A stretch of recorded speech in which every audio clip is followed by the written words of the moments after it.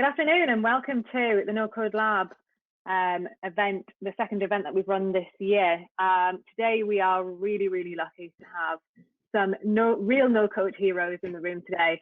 And I'm not just talking about people who are running no-code platforms, but we're talking about the heroes that are creating insight and creating really interesting things from no-code platforms themselves. So I'm just going to share my screen and do a little bit of an introduction. So welcome to No Code Lab. If you don't know us, if you haven't heard of us, our mantra is cracking the code of change. So how are we cracking the code of change? We're doing this by making a difference. No Code Lab, we really want to empower tech curators. We want to solve some of the biggest problems that we face in society. We're looking really at tech for good. We want to spin up MVPs at rapid rates, disrupt industries with new thinking, and build solutions that are unapologetically no code.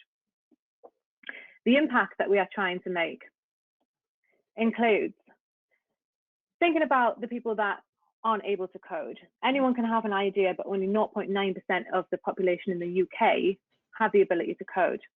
So how can we create an impact? We're looking to entrench leading and inspiring in areas of innovation. We're looking to bring more investment opportunities to people who don't know how to code.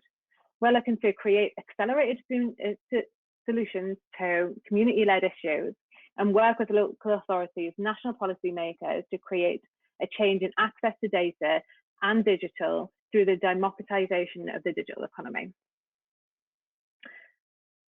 We have an unbelievable agenda today. We can't actually believe how excited we are for this. We're going to have a bit of an introduction to a platform called Ninox, and that's through Morris, who's the head of strategic partnerships, who's going to give you an introduction to that platform. He's then going to go into a bit of an interview with Kaveh, who we have on the call today. And that's also going to include Niels, who's also on the call, where he's going to go into a bit of the how you can build an MVP using no code. Finally, we've got an interview with Simone. Simone works at the project manager at UCL, so she works within the NHS. We have an amazing case study here of how she's built an app from scratch using no code on the Ninox platform. We're finally going to finish off with a panel discussion featuring all of the speakers that we have today. You can come to nocodelab.co.uk, follow us on social if you want to hear a little bit more about us. I'm going to stop sharing now and just give you a little bit of an intro. My name is Georgia Halston. I'm co-founder of No Code Lab. I also have on the call today is Sandra, my co-founder. Both of us are really excited to welcome all of our new, we hope, fans for No Code Lab. Everything that we do, the pure core of our ethos and our raison d'etre is to do with collaboration. If anyone wants to collaborate with us in the future, you've got an idea, you think that you're a no-code hero, you've got some insight, you've got something interesting, please get in touch with us. We're here to have conversations. We're here to start and create things together. So without further ado and anything else from me, I'm going to pass over to Morris, and he's going to navigate what is hopefully going to be probably one of the best no-code sessions that you've ever attended. So let me pass that over to you, Morris. All right, I appreciate the introduction, and want to thank the team at No Code Lab for having us as an innovation partner. Thanks to the work from Sandra and Georgia to bring this event to life. My name is Morris Hewling. I'm the head of strategic partnerships at Ninox. I'm also a business consultant and a no-code evangelist for sure.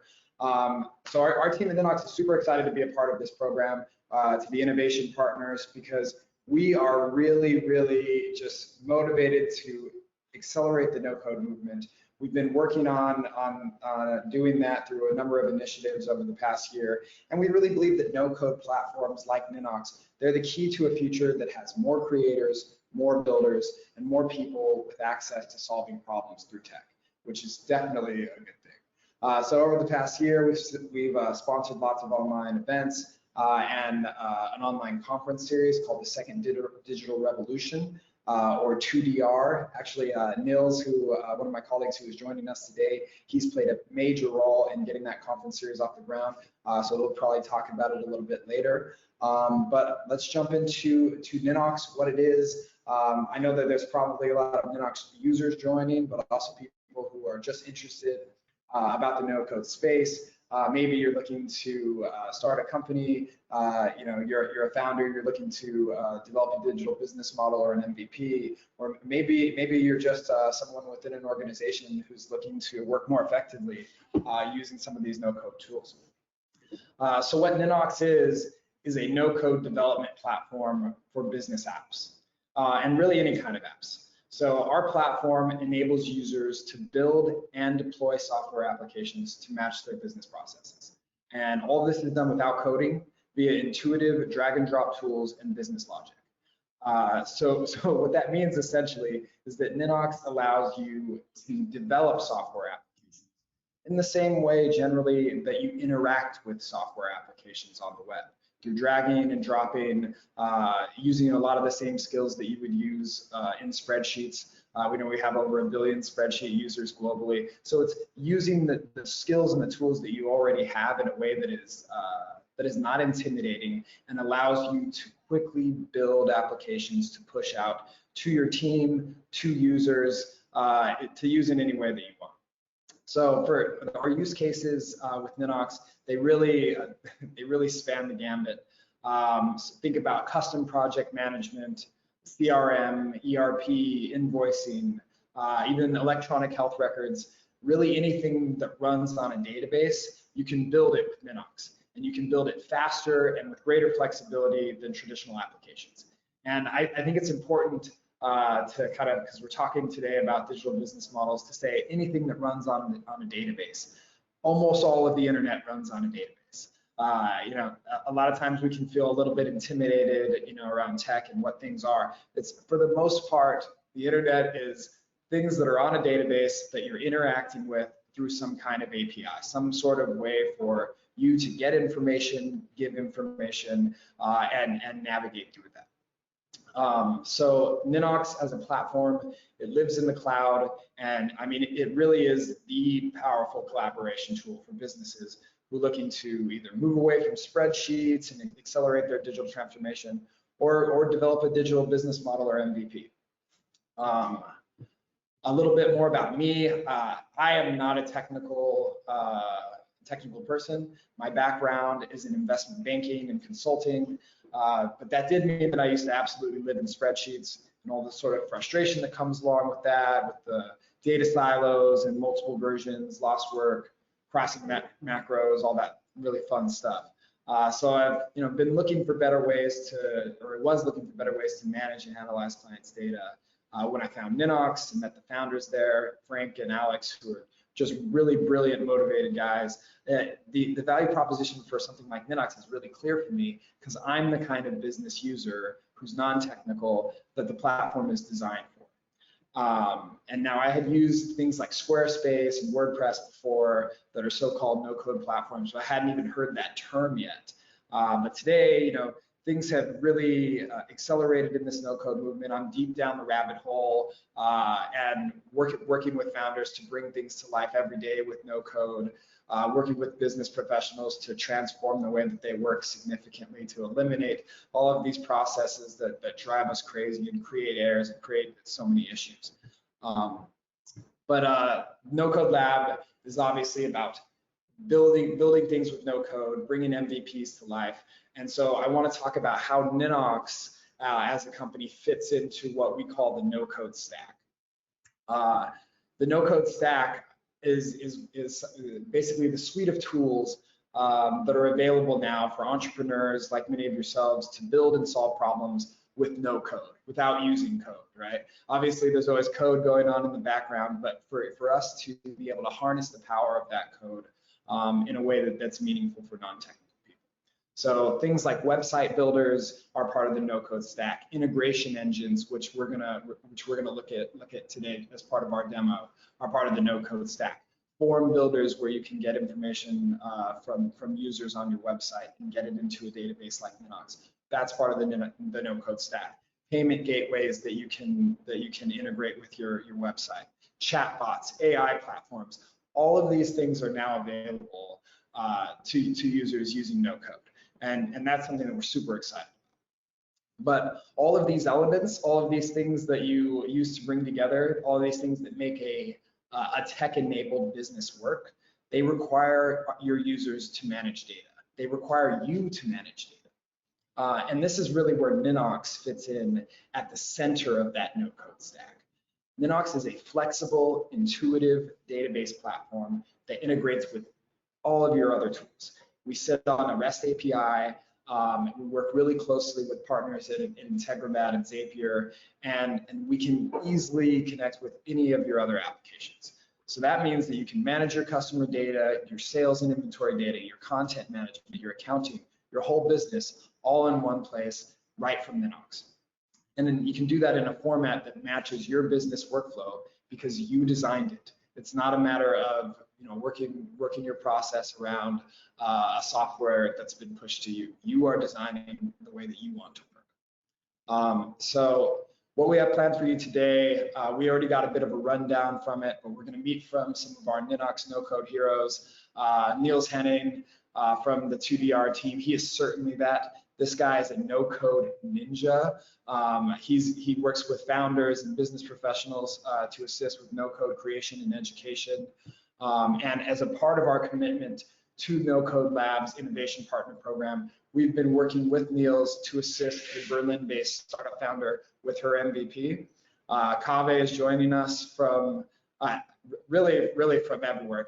Kaveh is a Berlin-based founder of Talent Diverse, of My Career Path. She started the Black in Tech Berlin group, the Women in Data group. She's one of the most powerful community builders that I've met around tech in Europe. So she's going to join to talk about her current initiatives, the project that she's developing on Ninox, which is an MVP for a professional network. So we're excited to see that. Also, we have Simone from the NHS joining us later to talk about the application that she's been working on. And I mean, Simone is she is a perfect example of a no-code hero. This is a healthcare professional who fell into the Ninox platform, started building on it, realized the power of it, and is now scaling up a project, to the rest of the organization. So without a delay, I guess I want to get started. Can we bring in Kaveh and Niels? We're going to start with an interview with Kaveh. Let her tell us a little bit about herself, about the companies that she started, and the projects that she's working on now. Awesome. Thank you for having me. Such a pleasure to be here. Like Maurice has mentioned, my name is Kaveh. I'm based in Berlin. I'm professionally a talent acquisition specialist. So I hire people a lot, people in tech.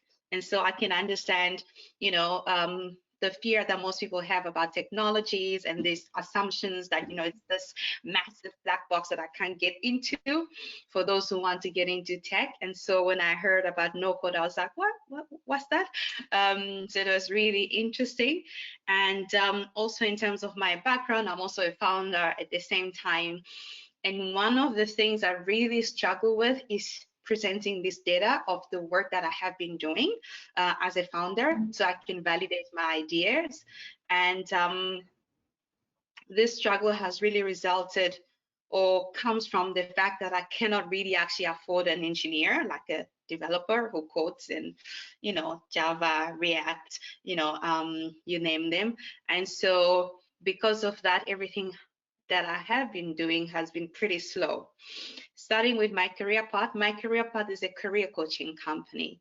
And basically what we do there is empower professionals to discover the work that they love and eventually really find professions that fits them. So actually now, My Career Path is built on WordPress. And it was built by a young lady who's in Canada. She was also a nurse, and she transitioned into web designing, web development. So I didn't have the word no code when I was working with her, but she built the whole thing that you can actually schedule, buy the course online, go through it, schedule meetings, everything. She's not a developer. She built the whole thing. And so my career path is going well. The next level to what I do, or what I've been trying to work on, is talent diverse. And the reason why I transitioned to talent diverse is I've built quite large communities in Berlin, and most of them are diverse communities. And the purpose of these communities is connect members to opportunities. Most of these opportunities are jobs and also professional networking spaces. Once again, we're this group, and because of not having enough capacity and enough resources, it's been really, really hard to find a developer who can actually contribute to building, a website that can actually provide us with this space that is more about networking and sharing our opportunities or jobs. And so we've been quite a lot on Slack meetups and kind of events, and it ends there. And we get a lot of requests from companies. We want to hire diverse talent, and sounds like we want to know all the jobs that are there. And I'm like, I really have this struggle. My team has this struggle to bring everybody in one space so that they can connect with each other. And of course, there is that community value, but there's also this monetary value that is sitting there that we really cannot tap into unless we can demonstrate all the data and the facts about the needs that our community has or the employers have. So we've been stuck in between. And from last year, when we started talking about diversity a lot in Europe, I felt like, wow, this is the perfect time to kind of get something going.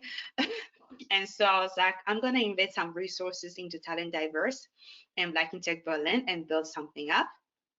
And so I outsourced some of the development work to two engineers. And since then, it's really been history in terms of delivery. We haven't been able to come up with an actual product because every single month there is a change and there is something that's not working and there is something that needs to be fixed. And in overall, I've been waiting for 9 months to just have a page where people can create profiles. The last stage we were at was you could create a profile, but it had a lot of bugs. In the end, you couldn't see your profile, you couldn't see a picture, and I was just like, okay, I'm done. I'm done with this project. And so as I was pitching to Maurice, who's like my business advisor, he was like, Kabe, I think you need to look at this in another angle, try and figure out how maybe we can try and see how we can create a no-code, platform where, people it can be built very easily and can be done in a few days, and you will have all your members of community in one space. To be honest, I had a bit of doubt. I was like, okay, I'll try it.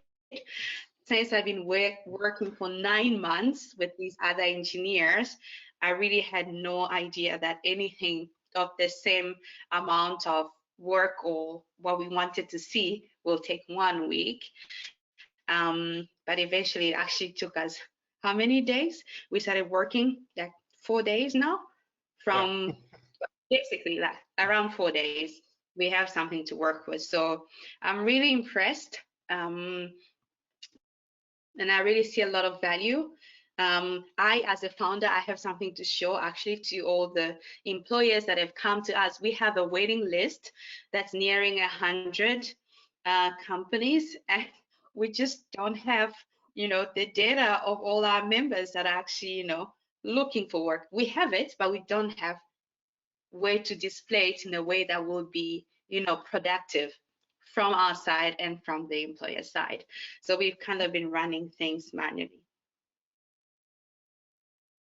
But I'm happy we're here now. Awesome. Thanks for that introduction, Kabe. And Niels, do you want to introduce yourself as well, since you'll play a big part of in this segment? Yeah. Also, thanks for having me. Rosa already gave a great introduction. Always super flattering. I started with no code about a year ago. Started with Ninox. Actually, I don't have a technical background myself. I have a business background, but an interest in technology was always there. But kind of the barrier to really start coding is a big one, right? You gotta usually go to university and like take courses, and it's this whole thing where you really need to commit. So when I started with Ninox, I kind of or kind of jumped into doing some no-code work, helping out here and there with clients, and kind of quickly fell, I guess, into a consultant role where we're doing a ton of different projects. It's super fun. So we're doing kind of almost all the use cases that Maurice you presented or you talked about. So stuff like order management, stuff like CRMs for ERP systems, and also I think it's a really cool project with Simone. We're doing with Simone. So Simone is actually doing the actual development herself, but we kind of talk together and see, okay, what do we need to do exactly with the data? What do we need to do to scale this up in the future as well? So this is also one of my favorite projects. So I'm super happy that we're going to talk about this today as well. And yeah, we are going to present an MVP today that we started working on really on, I think our first meeting was on Monday, where we just talked about kind of what do we want to see here? What do we want to display? And the real work, I think, began yesterday evening, where we really kind of got the requirements down, said, okay, that's what we want to do. And we started doing it. So what you can see in a second was built in yesterday and today by me and Kofi, who can't be here today, but I want to give a big thanks to him. He built the landing page in Webflow, which I think looks really great. So the two of us. Another great no-code tool. Yeah, exactly. Webflow, another great no-code tool. So all of this is built with no-code tools. To give a brief overview what we used. Obviously, at the center of it is Ninox as our database where we store all the information. We gather this information via typeforms, which Kavi, I think you're going to show in a second, kind of how it looks to fill this out. So I, as a participant, can, or as somebody interested in finding a new role, can be entered into the system. Webflow is a website builder similar to Squarespace, for example, if some of you know that, or just other website builders. And this is basically used to create a landing page to display all the information. And Ninox basically is in the middle, taking data from from typeforms, taking data from Webflow as well, and kind of making sure every tool gets the data it needs and everything in the background is working as we need it. Awesome. So you guys want to jump first into how you built the back end with Ninox, or should we go first into a demonstration and then we can back into the details around how we built it? Yeah, I think it would be great to have a quick look at or to have a demonstration of how it actually works for everyone to be again in the same boat and see what we built. And then, as you say, we can jump into the backend. I kind of show a little bit how we did it and which tools are behind what you see. Awesome, great. So Kaveh, do you wanna do a sign up? Yeah. Who's shared, do you wanna give me presenter? I think you're shared. We can see your screen. You can see your screen right now, yeah. If you want to just get up your browser, yeah. Awesome. Yeah. We're just seeing your desktop right now. Yeah. Now. Okay. That works, right? Yes. Okay. So for everyone, the idea for Talent Diverse is that candidates who are looking for work now or possibly in the next 6 months or in the future will come on the platform, sign up, and create profiles. As you can see, we already have Maurice and Niels. These are just samples or testers that we've had already. But if you're a new candidate, then you'll go here. And ideally, what we want to get out of this is data on all the diverse talent that are there in Berlin or in Europe, and what are they doing in terms of profession, but also where they're located. This is because the requests that come from company ask for professionals in different categories, and also they like to know where the candidate is. You will, of course, see a lot more data into the profile. I'll do mine, then I'll open it so you can see. And all that information is really important for us to demonstrate to companies or employers that we actually do have diversity in Berlin, diversity in Germany, and we have a lot of people who are qualified to do a lot more work or work that you currently need as an employer. At the same time, I think we will evolve this as well to emphasize the networking part of the project, where if Maurice wants to get in touch with Niels, then there could be a way in which they find each other if they're in the same region to start talking with each other. But for now, I'll add myself to the list. I'll just go here and create my profile.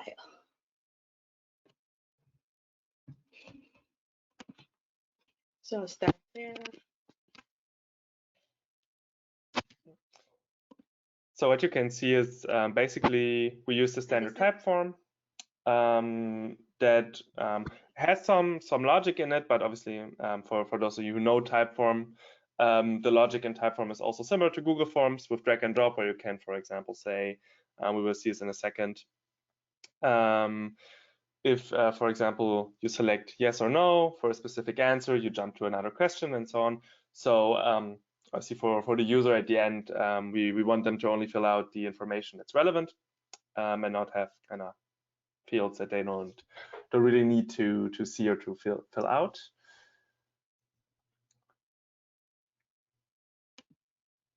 So here we are basically just collecting all different information for the profile. Oh, this is too big. Wait, let me see.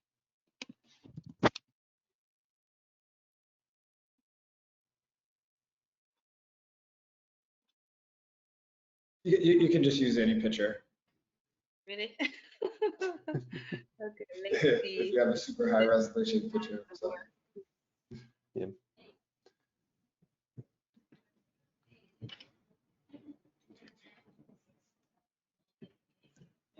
Okay. There we go.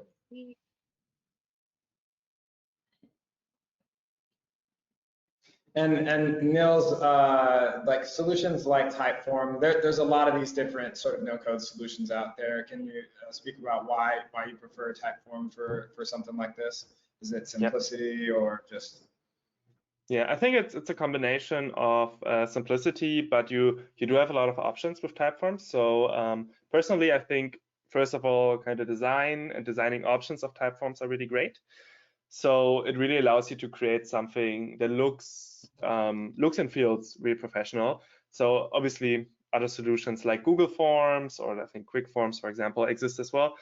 Personally, sometimes I have the feeling they don't feel as polished when you as a user go in and fill them out.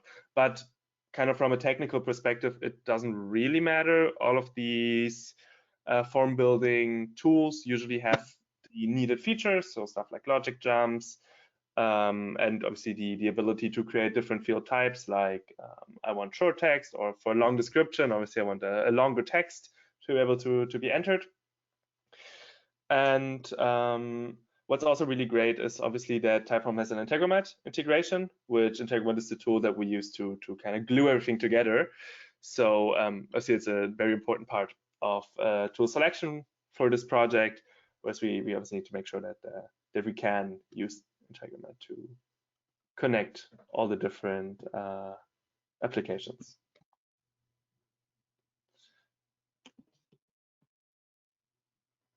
And the connection to Ninox is pretty seamless with Typeforms now.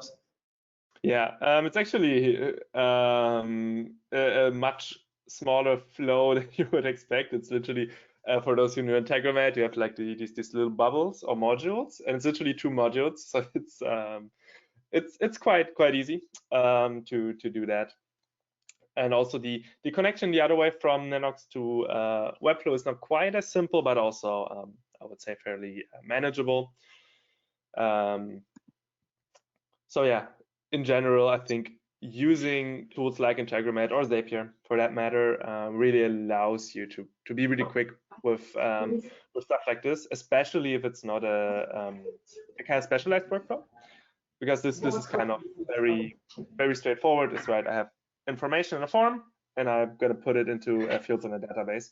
So for especially these types of things, which obviously using classical development can be a little bit of a hassle, or are quite a hassle actually. They are super quick and super easy to do.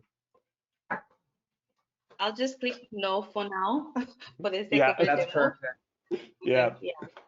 Also, this I think shows, for example, an example of a logic jump, which, as I said already, is really easy to create and kind of allows you to, because we have the option to add up to 3 experiences in this form, but obviously we want to give people the option to also, maybe if they don't have the time at the moment, or they don't want to do it, or just they don't have 3 experiences yet, we don't want to exclude these people for obvious reasons. And ideally, for the purpose of talent diverse, we're really interested in all this data. So the skills the person has, what job they're doing at the moment, and possibly what else they'll be looking for, so we can match them. Eventually, in the end, we could do matching by recommending jobs and also recommending profiles for certain jobs. I think Morris and Kavi know where I'm going with this. The most important point that I made also a lot in our calls is to really keep the complexity down, because our goal with an MVP is to showcase a proof of concept and not necessarily to have a complete and all-encompassing application. That is something that can be done, but obviously this does require a different time scale than just a couple hours if you really want to have all business processes in there. Even just communicating the information, right? What do you need? Which fields are important for this? What do you want to happen if somebody clicks here? What do you want to happen if they click here, but this is not filled out, and so on? Even that just would take more than the time that it took to create the whole solution here. So this is for everybody who's interested in using no codes, the kind of number one mantra I would give you is kind of think a little bit, just take 5 or 10 minutes, think about how you want to do this, and think, how can I do it in the most simple way possible? And these 5 or 10 minutes then at the end pay off with hours of shaved off time, because you can be so quick if you kind of do it simple, and if you do it in a, I would say, sensible way. What I also would tell anyone who is interested in kind of developing something like this is to still remember some of the, I would call them database or data principles, because even though obviously we're in the no-code realm and developing stuff is really easy and creating tables is really easy, you still have the data in there, and you still need to kind of be aware what the kind of where the data is and what's happening with the data. As at the end of the day, you still have a purpose, you still have something you want to do with that data. So really thinking about how do I want to use this data in the long run is something that that can be really beneficial when expanding the solution. I think, Kavi, this is something you already talked about a little bit, whereas this is obviously not the end goal. Here, we want matching functionality, we want to have we want to give companies the opportunity to enter their information, we want to maybe match companies with people as well and stuff like that. So this is also some of the, or a really big strength of using no code. You can get something really quick up, but you can still expand it, and you're really flexible in how you do things. So to give examples, for anyone who has worked with classical databases like Access databases, anyone who did that will know you build the whole database, you have to build like your forms, and you have to build your different kind of information extracting procedures. And then you want to change something in a database, and just everything else breaks down, right? Your forms don't work anymore because the fields are different, and all this crazy stuff. So this is really, I think, maybe from a business perspective, one of the biggest pros of using no code is that if I forgot a field or if my process changes, I just add a field and stuff keeps working, nothing breaks, everything's cool. If I need to change a field name, I can just change it, and I don't need to worry about, oh, do I have code here that has this field, or do I have a form that uses it that will break, or anything like that. So this is really takes away some of the annoying validation work and just does it automatically. Exactly. When you say I, Niels, you really mean the person who is behind this event. It's not that they have to reach out to a developer. It's not that they need to bring in a team. If they see something that needs to change, they can just make that change. Yes. And I also would want to talk about sort of like transitioning, because we talk about using no-code tools to develop a minimum viable product, and once that's up and running, when you use Ninox as the backend database, how easy is it for it to take that data that you gathered from this MVP and ultimately transition it into another, into a platform that you built yourself later down the road after you've validated your proof of concept?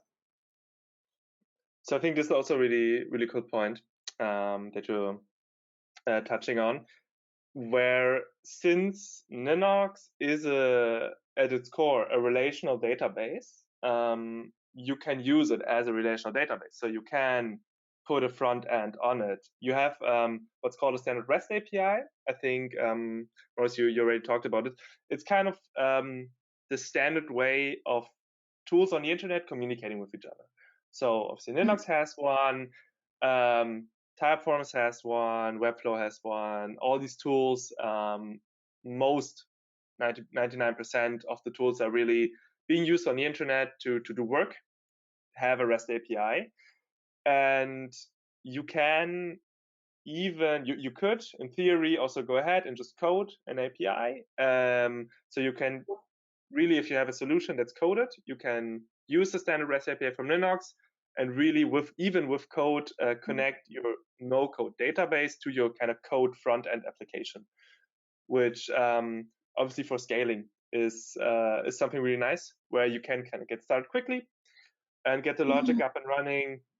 And then maybe down the line you want a more sophisticated front end, you want a more sophisticated view of people interacting with your application, but you don't have to necessarily migrate all your data to another platform. Exactly. That's what I wanted to hear from you, Neil. So building your MVP with Ninox as a backend, we always talk about, when does it make sense to use a no-code tool, and when does it not, and at what point do you hit a level of scalability where you have to transition. When you use Ninox as the backend database for your MVP, there will not really be a need to transition that data. Maybe you change the front end, maybe you change some of the other things that are going around it. But using Ninox as the center of that stack, it can scale with you and be the thing that you use to scale up your company. Yes, to carry on, the point I was making is that many companies use not only Ninox, but in general, obviously no-code tools like Ninox to scale the operations. Because even if you are a company with, in theory, deep pockets, it still doesn't really necessarily make sense to spend $50,000 or $100,000 on a custom coded application, just because my process is a little bit different. That will cost me like $5,000 to $10,000 each year to maintain. So I think this mindset is also kind of arriving within companies, as well as in the entrepreneurial scene, where I think no-code really has its roots, because it's just so obvious. If I build an MVP, if I'm an entrepreneur, there's no other option really than using no-code, at least not sensibly, in my opinion. Thanks, Niels. Awesome. And I was Thanks, wondering if you could get in touch with Simone. Is she able to join, Maurice? I was just wondering if she was struggling getting in. I'm conscious that let me check with Simone on the back end. She should be joining in a minute. And Niels, I don't know if there's anything you can share with us of showing how this is built in But I'm just wondering if we can just swap screens to you whilst we're getting Simone in and just have a little bit of a look, because obviously we're sort of seeing a bit of a finished product here, but I'm just wondering how that looks when so if we could just make Nils, so Kaveh, if you could just make Nils a presenter for me, if that's okay. I've done that. It's okay. Thanks, Nils. And then Copy while paste. Simone's joining, brilliant. And why don't you jump in, Nils, and just give us an idea of how somebody goes in and creates something like this, right? Yes, yes, very happily. So you should be able to see my screen. So right now I'm on the Webflow overview. Refreshing, we can really see a ton of people looked at the link, I guess, and sign up. That's great. That's great to see, and it's also great to see that for everyone. Right? Go from the sign up. Oh, amazing, amazing. That's perfect timing. So you can see more people getting in here. So today I would like to show you guys the Ninox end of things. So how this whole thing looks in Ninox, and I would take a brief look into Integromat and just show you how we kind of took the data from Ninox, or took data from Typeform to Ninox, and how we took the data from Ninox and transferred it to Webflow to ultimately be displayed here. So from a Ninox perspective, if we jump in, see this is basically our backend. It's very simple. We just have, in our case, one table with one record for each user profile. So we can see here, we basically have some Webflow fields and stuff, just some backend stuff, which doesn't really matter. Importantly here, we have one field for each entry in the Webflow form, right? So first and last name, the email, we have the profile photo with a link here, LinkedIn link, and so on, right? All the different fields. You can see you have the option to add a second and third experience here as well. So what's happening in the background, I'm going to jump to Integromat now, is if we basically look at our integration, as I was saying, it's quite small, from Typeforms to Ninox. What's happening here is basically this module here is just watching, it's kind of checking, hey, is there any new responses on my Typeform? Every minute it's checking, and once it's checked, it's just sending all the data over to the relevant fields. I'm gonna jump in just to show you. It's really quite simple to do something like this. So you can see here the fields are in here, and it's really, so we have this Ninox module, and we have all the available fields here, and we really just click from the answers. We can see a list of all answers here by each field, and we just click on the answer we want, right? So I want to fill in LinkedIn profile, so I clicked on LinkedIn profile, and that's basically the whole magic behind it. So That's awesome. That's so easy, right? That's really easy. Yeah. Yeah. Really easy. I definitely think so too. It's a little bit surprising, I think, how easy it is. That's, I think, kind of touches on a point that Kaveh, you made also, where at the first many people are a little bit skeptical because people are telling them, yeah, you can do this in like 2 days, and you just need like almost no time. And first instinct is like, this can't be. It's like, why didn't I hear of this before? Why is not everybody doing this? It's like weird. And you know what, Nils, we've got Simone here, who I know has had quite a tight timeline. So thank you so much, Simone, for joining us. And I'm sorry that it's been a bit of a rush for you. But look, we've got 10 minutes with you, and we would really love to hear from you and your story. If you've managed to catch your breath and you're okay too, it would be awesome to sort of hear your story as a sort of a non-developer building application. And if you could tell us your story, that would be fantastic. And in your own words, and please don't worry. Okay, so no, I don't have any background in app development. I'm a nurse, and in terms of what kind of background you get as a nurse, the highest end you can get to is to be able to operate an Excel spreadsheet and know what a formula is. So that just, you know, if you're doing that, you are Bill Gates-esque, you know, you're kind of like really rocking everyone's world. So definitely not. Certainly never developed a database or anything like that. Sorry, my husband's cooking. I don't know how loud that is, but my office is in my kitchen. Thank you, COVID. So sorry if you can hear him crying there. So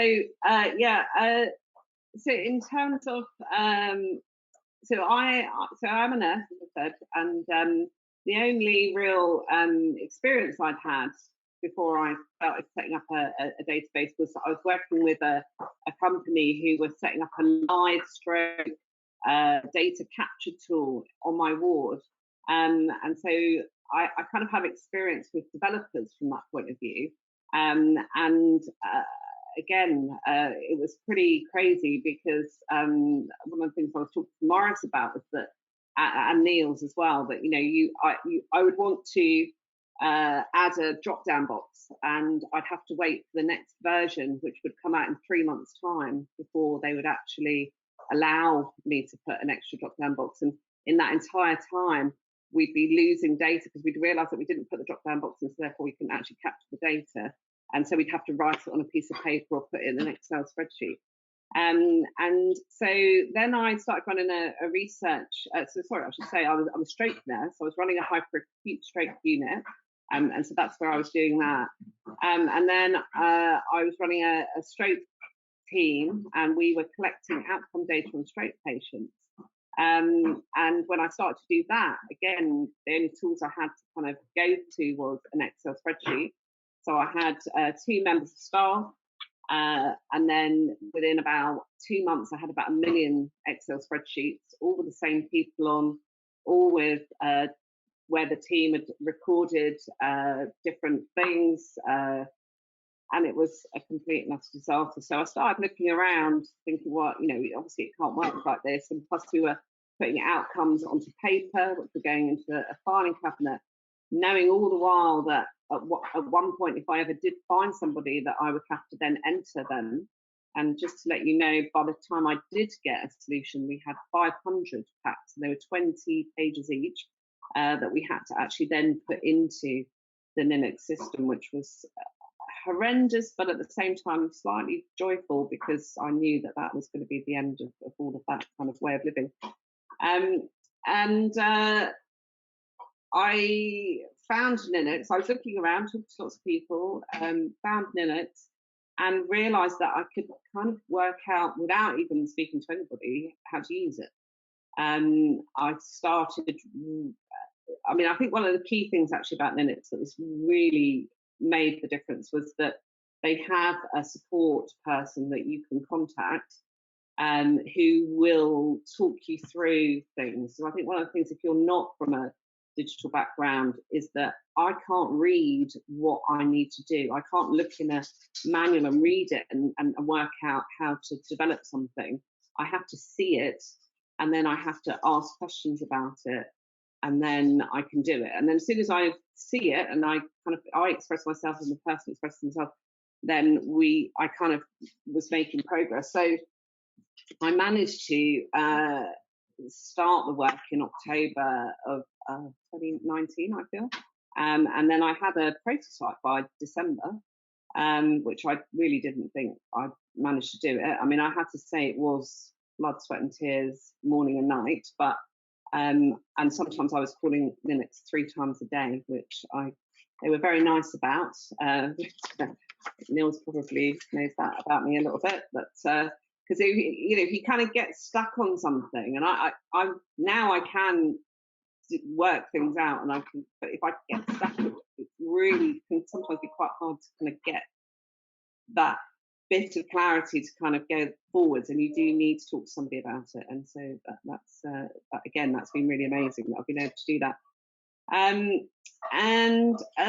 Sorry, I'm slightly reading as well, things that I've written here, the questions that you were going to ask me. And now I have a database. I mean, I suppose that's the outcome of that. So and I actually I couldn't even believe it. Like when we actually had the prototype, I couldn't believe that we'd actually managed to do it. Now I am, so again, as I say, in the NHS where you're at, is that if you know how to use Excel, you're pretty much a high roller. Now I talk to people and talk about relational databases, and I literally see them, their eyes kind of get like, oh my God, like we can't talk about this. You know, stop, can you just show me? And can you just do what I need you to do, and don't say any more, because I can't really quite deal with it. So, and for me, I think what that really does show you is how the gap that exists. There's a huge gap of knowledge between what's possible and what isn't possible. And one of the things that I would say about that is it's kind of slightly, I think, particularly in the NHS, very open to people coming and proposing to do things or give you an app or get this bit of information, that bit of information. How you can actually do something like that. We sign up to things, paying. I mean, just to let you know, the live data stroke tool that, by the way, never actually got launched because it became completely defunct in the time that it was being developed, cost £700,000, and no one ever used it. You know, and it was weeks. Sorry, not weeks. It was a year, 2 years of meetings and talking, developing. And now when I look at it, when I look back and I look at what they were actually doing, they were creating what I created myself, but not as good.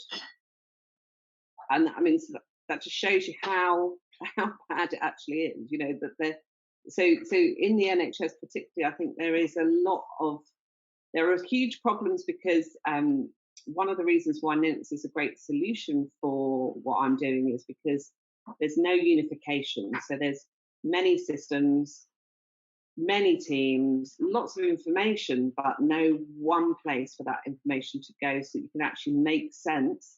And just to put it into context, make sense in the way that if you had, say you had lots of 50-year-old people with high blood pressure, you know that you keep meeting these people and they're 50 and they've got high blood pressure, but you don't really know anymore. And so by having a database that allows you to aggregate your data, you can say, oh, look, we've actually got 250-year-olds in this area of London, and they've all got this and this. And so now I can actually see what I need to do as a healthcare professional to help them. And at the moment, we just don't have anything like that. Simone, do you know what? I think you've done an incredible job on your feet in at a very short amount of time to explain very, very clearly to everybody just the challenge you faced and how you dealt with it. So honestly, thank you so much, because I think you covered everything we'd have probably asked you questions about. No, it was awesome. So thank you. And I'm conscious that we're sort of coming to the end of the time of this event, actually, which I think is probably something that if we can continue. We do have until 6. Do we have until 6? Good. Yeah. Good. Well, that's just me then. So apologies. So good. So should we move into a sort of a Q&A session? Would that be okay for everyone? And is it okay to open up the chat for everybody that's currently on, so that if people can ask questions, we can see them? So there should be an opportunity for people to put questions in their question box. Is that right, Georgia? Yeah, that's right. I have some questions for both Simone and Kaveh, so we can start with those ones if you like, and then we can wait to see if you have any other questions. Okay, cool. So the first one is for Kaveh. So interesting. Great to see both the front end and what you've been able to develop in 4 days with the help of Niels, and then with being able to see how you've built it in the back end as well, and how simple it was on both fronts. I'm not a technical person myself. I run a marketing agency, but I've built my site on Squarespace. You know, Zandra and I have developed No Code Lab because it was something that we just saw that needed to be done, and both of your examples are absolutely perfect in illustrating why there is a need for no code. But what I wanted to know, Kaveh, what's next? What's the plan? You've got your MVP. Are you going to re-platform? Are you going to stick with Ninox? Are you going to go out and just sell this out to the world? What does the next 12 months look like? I think I will sit with Ninox. I think it's been great, really great 4 days, and I would love more 4 days like this in my life. So I will sit around with Ninox really and see what we can come up with. I think the good thing is, yeah, is we already kind of started building something that became really hard, and we can just take those ideas and simplify them and take out the MVP, which is really what we want to do in the next 6 months or 3 months. Awesome. I'm really excited to see where that's going to come. Maybe we'll pick up back up with you in a year's time, and you'll have taken over LinkedIn as the primary site for job searches in Europe. Really looking forward to seeing what happens. Simone, sorry, did you want to say something, Sandra? Simone, a question that I had for you personally was kind of around, it's a really, really broad question. Don't feel like you have to have an all-encompassing answer on your feet today, but it was just about how technology is being adopted by the NHS, and what other elements that you think that could be so easily, rapidly digitalized, or something that you could use something like a no-code platform like Ninox. What's the low-hanging fruit that you think, do you know what, there's a problem there that could be sorted straight away, other than obviously what you've been working on yourself? Okay, that wasn't an easy question. That's not an easy question. Sorry, I did say it was broad. We don't expect an MP answer from you here. Well, in a weird way, I suppose this is about a million answers actually, in terms of what the bit that's tricky is what's the low hanging fruit. I don't know that there's any low hanging fruit, unfortunately, but I think certainly having, so one of the things that I'm doing with the Ninox database that I'm developing with Niels is knowing where you are in the system. So knowing who's in your system and where they are in the system is something that we're completely blind to. So having some idea of your cohort of people that you care for, and then, as I say, the more rich data on how they are, is something that is a quick win if you've got a unifying system. And as I explained before, we don't have that. In terms of functionality of Ninox, I mean, one of the things that I could see straight away that you could use, and I haven't used yet, is that it has a map, using maps for healthcare.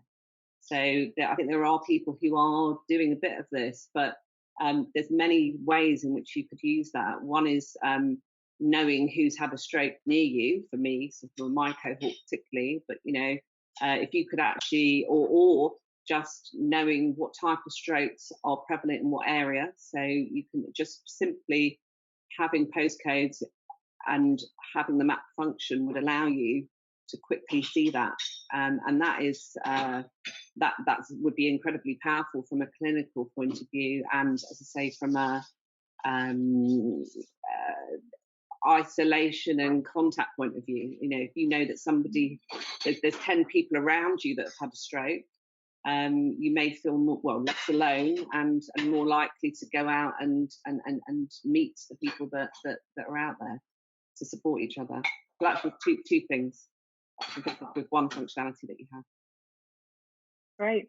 We do actually have some questions in on the chat as well. One is from Ken Gilgreen, and he wonders if anyone can comment on the security aspects of no-code options. And I probably would like to hand that over to you guys at Ninox to give a bit of a comment on the security around no-code. Yeah. So I just jump in. Maybe first to say security obviously is a very, very broad topic with a lot of different areas that are relevant here.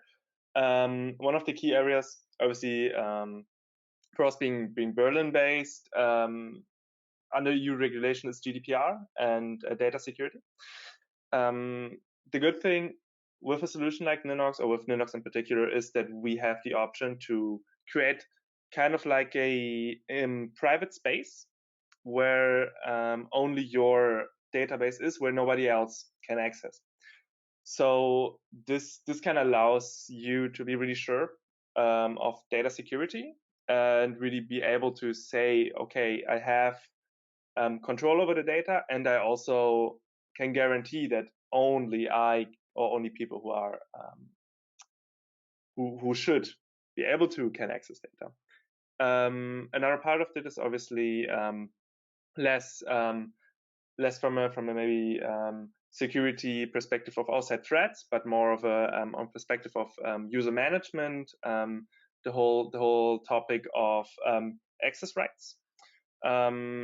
I think this is also something where no code really helps simplify. Ninox, for example, has a good access management system with custom roles and really an approach where I can just click and say, okay, my role should be able to access this, and this role should be able to access this. As access management is one of the topics that traditionally is really hard and really prone to error, because obviously if you don't have the right access management, especially the more people you have involved, kind of bad things can happen. So kind of from a data and access management perspective here, I think no code really helps simplify, and also there is a kind of knowledge in the space, I think, where everybody knows it's important and works towards really being able to provide good tool set and functionality in that regard. Yeah, I would agree with that from Niels. Oh, go ahead. Yeah, I was going to ask you, Morris, is it something that you asked about quite often when someone starts to look at your platform? Is it something that you get quizzed on quite often? Yeah, I mean, absolutely. It's a hot button topic throughout the industry, especially in Europe right now, and really because we work with such a wide range of customers, spanning from the startup founder to large enterprises and organizations. And as Niels was mentioning, yeah, we do a great job with user management and roles and things like that. We also offer on-premise hosted data. For our enterprise clients. So the Ninox really is a scalable solution that can be taken up to the highest level. If you want to host on-premise, you can host on-premise. As Niels talked about, we have a private cloud solution that offers the highest level of security, through our data vendors, such as Amazon AWS. So it's absolutely a matter of you can build a solution using no code that adheres to all the regulations that you would need to. We have customers who are building things for the healthcare industry, obviously, which is one of the most highly regulated industries that there is. We have customers who are building things for the finance and banking industries. So it is a question of, is the responsibility at the solution level? Yes, absolutely. But you can certainly build solutions with no-code tools like Ninox that adhere to all regulations, depending on your locality. Yeah, and I guess when you have really heavily regulated industries such as healthcare, using the platform, you kind of like, well, if these guys can do it, if NHS can do it, and they've so stringent about the types of data that those guys hold, anyone can do it, in the UK or across the world. There's actually someone asking here about compliance. They're in the US, Morris, and I hope that maybe you might be able to answer. They ask if Ninox is HIPAA compliant, HIPPA. I'm not familiar with that term, so I wondered if you knew anything about that. Yeah. I actually used to work in healthcare investment banking, so I'm very familiar with HIPAA compliance. And I would answer again. It's absolutely possible to build a solution that is HIPAA compliant using the Ninox platform. Ultimately, the responsibility for HIPAA compliance lies at the solution level. So at the solution that you create, we absolutely can give you the tools to create a solution that adheres to HIPAA regulations, but it's at the responsibility of the solution level. And we have a wide network of Ninox solution partners working in the United States as well, who can assist people working in highly regulated industries to make sure that they're adhering to all those guidelines. So I would say if that's something that you're looking to develop for the healthcare industry, I'm happy to drop my information, and I can connect you to partners who are building things in the United States which are HIPAA compliant on the Ninox platform. By the way, guys, what is the best way for us to share some links during this event? You can add to the question. I don't think that there's a chat. Sorry, there's a chat function in your bar. You can add anything into there.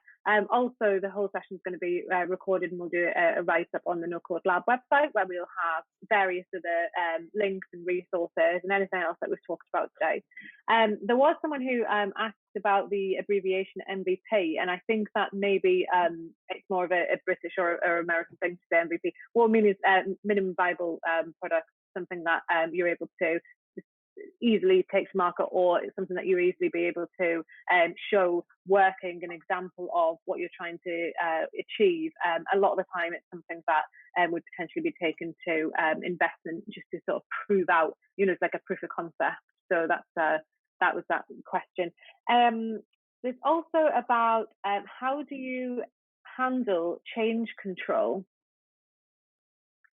Is that something that you know about? Neil, can I pass that one over to you? Yeah. I handle MVP. That's as far as I know. I'll pass the rest to you. Honestly, that sounds like when the answer of MVP was so good, I was like, okay, you're gonna do the rest of the questions. And to answer the question, so obviously, kind of versioning and change is something, especially in an enterprise context, which is very important. There is for Ninox, for example, a tool that implements, similar to GitHub for people who are familiar, a staging system. So this is a way of doing it, and also obviously very important backup functionality that we have, where if you kind of building maybe no solution on an enterprise level, or you just want to stay with the native Ninox features, usually with versioning, there's automatic backups, there's manual backups, where you can then kind of create different stages of your database with the data in the different stages as well, to be able to just jump back. Right? If I change something and I notice, this change maybe didn't work out quite the way I intended to, I can just jump back at the previous working version and kind of stuffs. Everything's fine. Obviously, one of the more important features in a database context, because obviously the last thing you want is lose your data, or kind of bungle up your structure in some random way where you can't really access it in the way you want to, or breaks other integrations or any stuff like that. So really having that backup functionality, I would say, as a normal user, is the best way to ensure a good data consistency and data security.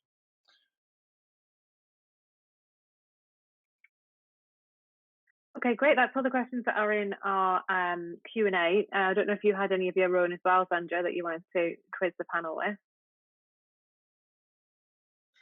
I'm kind of intrigued how many people on the call or that are listening are considering doing similar things to Kaveh and Simone. I can imagine taking that first step to, like you say, Kaveh, believe that this is something you can do, and as Simone said, actually realise that other people that have spent £750,000 and many years have not been able to do in a few hours. What made you first look, Simone, and think, actually, I reckon there might be something out there that could do this? What triggered that? And as well, Kaveh, the same for you. How what made you have that moment? Because I imagine a lot of people wouldn't even consider having a go. So there must have been something. Was it frustration, or was it just a belief that there must be a solution out there? Simone, and maybe we start with you. Complete and utter frustration and realization that everything was going to kind of come collapsing down around my ears if I didn't find something. And I mean, as I mentioned, I looked at lots of different solutions, and there are a lot of really complicated solutions out there that solutions is actually the wrong word. When I found Linux, there was this moment of breathing and thinking, oh, thank goodness. I think frustration, I think, is definitely the thing that kind of pushes you to work it out. And and as I mentioned, that massive gap that actually exists, people just don't really realise how little we or how much you can do, and how little we know how to do things. So, what did you type into Google? I'm kind of interested. Did you hear? I mean, was no code even something you typed in? What did you type in when you were looking for something? I didn't type in. I have never heard of no code, so it's quite amazing to be in no code here. What did you type into Google? Because if it wasn't no code, you must have found Ninox somehow. How did you find them? I read a million trillion reviews of project management tools and this tool and that tool, and people talking about. I just went into multiple. To be honest, it took probably 3 months of looking and looking and looking and looking, and then trying to mature that, speak to people, hear what they had to say about what they were offering, listen to the costs that they wanted for it. I mean, and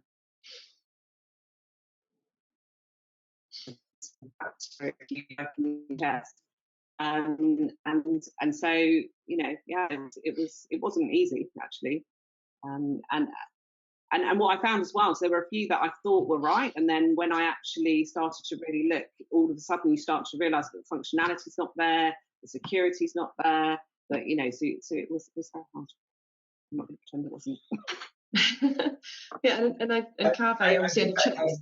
Sorry, go on. Here, though, right? So I was just saying, I think that kind of speaks to why we're all here, because most people are not coming looking for a no-code platform. They don't know what it is. That's why we want to accelerate this movement. Most people, most of our customers are finding Ninox because they're looking to solve a problem.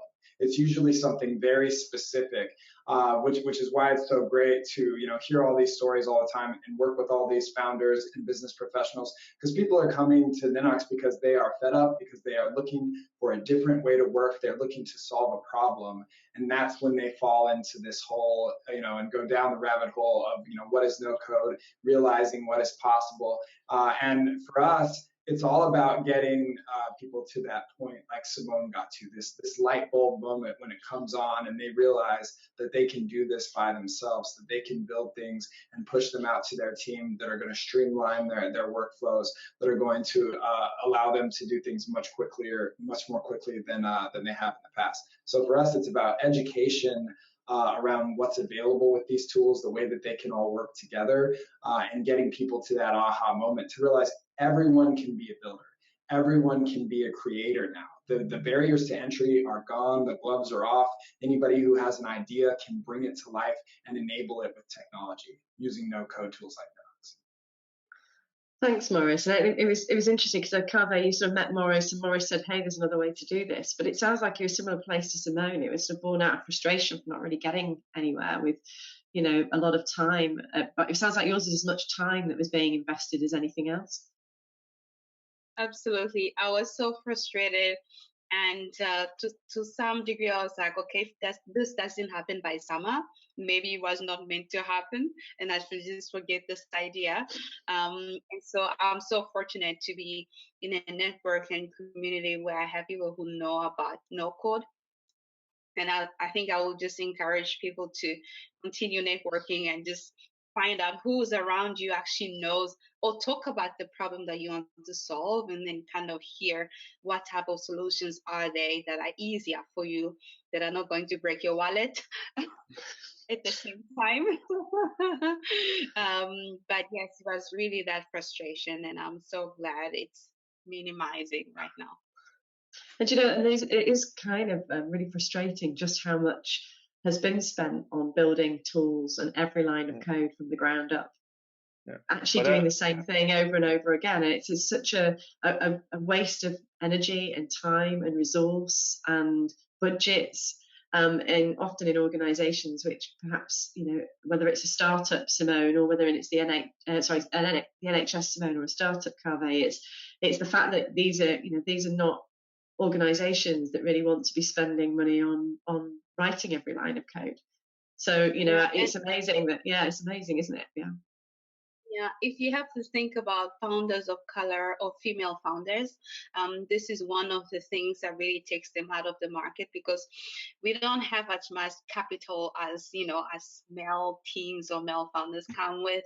And so when you come face to face with how huge this platform of this solution you want to build is going to cost you, then you basically just back off a little bit and say, okay, I don't have that money, I don't know where to raise it, and you kind of like really give up really quickly because you just don't have the capacity. So I see this as a space where that could really encourage a lot of female founders, a lot of minority founders who don't have the financial capacity to build robust, solutions that required hard code, per se.